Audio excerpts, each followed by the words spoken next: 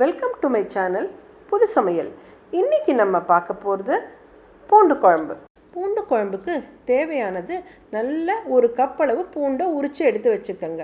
தாளிக்க கடுகு, மஞ்சப்பொடி, 2 ஸ்பூன் அளவு உப்பு, ஒரு எலுமிச்சம்பழ அளவு புளி எடுத்து வெந்நீரில் போட்டு நல்லா ஊற வச்சுக்கோங்க. அதை நல்லா கரைச்சி வச்சுக்கோங்க. இந்த பூண்டு குழம்புக்கு நம்ம முதல்ல கொஞ்சம் எண்ணெயை ஊற்றி சில சாமான்களை வறுத்துக்கணும், அதை அரைச்சிக்கணும். என்னென்ன சாமான்னு சொல்கிறேன். இதுக்கு தேவையானது தனியா, கடலைப்பருப்பு, சுக்கு, மிளகு, ஜீரகம், காஞ்ச மிளகா. நம்ம ஒரு கப் பூண்டு எடுத்துக்கிட்டோம் இல்லையா, அதில் ஒரு பாதி கப் பூண்டு, ஒரு கைப்பிடி அளவு கருவேப்பிலை. இதெல்லாம் மெயினாக நம்ம எண்ணெயை விட்டு நல்லா வதக்கிக்க போகிறோம். ஒரு கடாயில் ஒரு குழிக்கரண்டி அளவு நல்லெண்ணெயை ஊற்றிக்கோங்க. எண்ணெய் நல்லா காஞ்சதும் பாதி கப் சொன்னேன் இல்லையா பூண்டு, அதை முதல்ல போட்டுக்கோங்க. கொஞ்சம் நல்லா வதங்கினதும் இப்போ நான் சொன்ன எல்லா சாமான், மிளகு, ஜீரகம், தனியா, கடலைப்பருப்பு, சுக்கு, மிளகா வத்தல், ஒரு பிடி அளவு கைப்பிடி அளவு கருவேப்பிலை, இதெல்லாம் பொன்னிறம் மாற வரைக்கும் நல்லா ஃப்ரை பண்ணுங்கள். அப்புறம் அடுப்பை ஆஃப் பண்ணிவிடுங்க.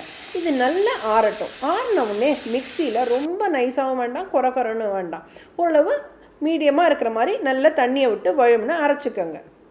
இப்போது நம்ம வதக்கினது ஆறியாச்சு. மிக்சி ஜாரில் போட்டு நான் நல்லா அரைச்சி வச்சுட்டேன். பாருங்கள், இந்த ஸ்டேஜில் இருக்கணும். இப்போது ஒரு கடாயில் நல்லா 2 குழிக்கரண்டி அளவு எண்ணெயை ஊற்றிக்கோங்க. எண்ணெய் நல்லா காஞ்சதும் கடுகை போட்டுக்கோங்க. கடுகு நல்லா வெடித்ததும் மீதி இருக்கு இல்லையா, அரை கப் பூண்டு பல், அதை இதில் சேர்த்துக்கணும். நல்லா கொஞ்சம் வதங்கினதும் தீயை விட்டுறாதீங்க, சிம்லேயே வச்சுக்கோங்க. நல்லா பூண்டு வதங்கினதும் நம்ம கரைச்சி வச்சுருக்கோம் இல்லையா புளித்தண்ணி, அதை இதில் ஊற்றிக்கோங்க. அடுப்பை பெருசாக வச்சுக்கலாம். இப்போது தேவையான அளவு 2 ஸ்பூன் உப்பு போட்டிருக்கேன். உப்பு போட்டுக்கோங்க. மஞ்சள் பொடி எப்பவும் போட்டுக்கோங்க. ஒரு 5 நிமிஷம், 5லேருந்து ஒரு 7 நிமிஷம் வரைக்கும் நல்லா கொதிக்க விடுங்க. இப்போது நம்ம ஒரு 5லேருந்து 7 நிமிஷம் நல்லா கொதிக்க விட்டுட்டோம் இல்லையா. நல்லா கொதிச்ச அப்புறம் நம்ம உப்பு, மஞ்சள் பொடி எல்லாமே இதில் ஆட் பண்ணியாச்சு. அதனால் நல்லா கொதிக்கட்டும். நம்ம அரைச்சி வச்ச விழுதையும் இதில் சேர்த்துக்கணும். நல்லா கலக்கி விட்டுடுங்க. நல்லா ஒரு 15 நிமிஷம் கொதிக்க விடுங்க. நல்லா பார்த்தீங்கன்னா எண்ணெய் நல்லா பிரிஞ்சு மேலே வரும். பார்க்கவே உங்களுக்கு நல்லா தெரியும், தளன்னு நல்லா பூண்டு மேலே மிதந்து கொதிக்கும். இந்த ஸ்டேஜில் நம்ம பூண்டு குழம்பு ரெடி ஆயிடுச்சு. ஆஃப் பண்ணிவிடுங்க. நம்ம பூண்டு குழம்பு ரெடி. சூடான சாதத்தில் 2 ஸ்பூன் நல்லெண்ணெயை ஊற்றி இந்த பூண்டு குழம்பையும் போட்டு சாப்பிட்டு பாருங்கள், செம்ம சூப்பராக இருக்கும்.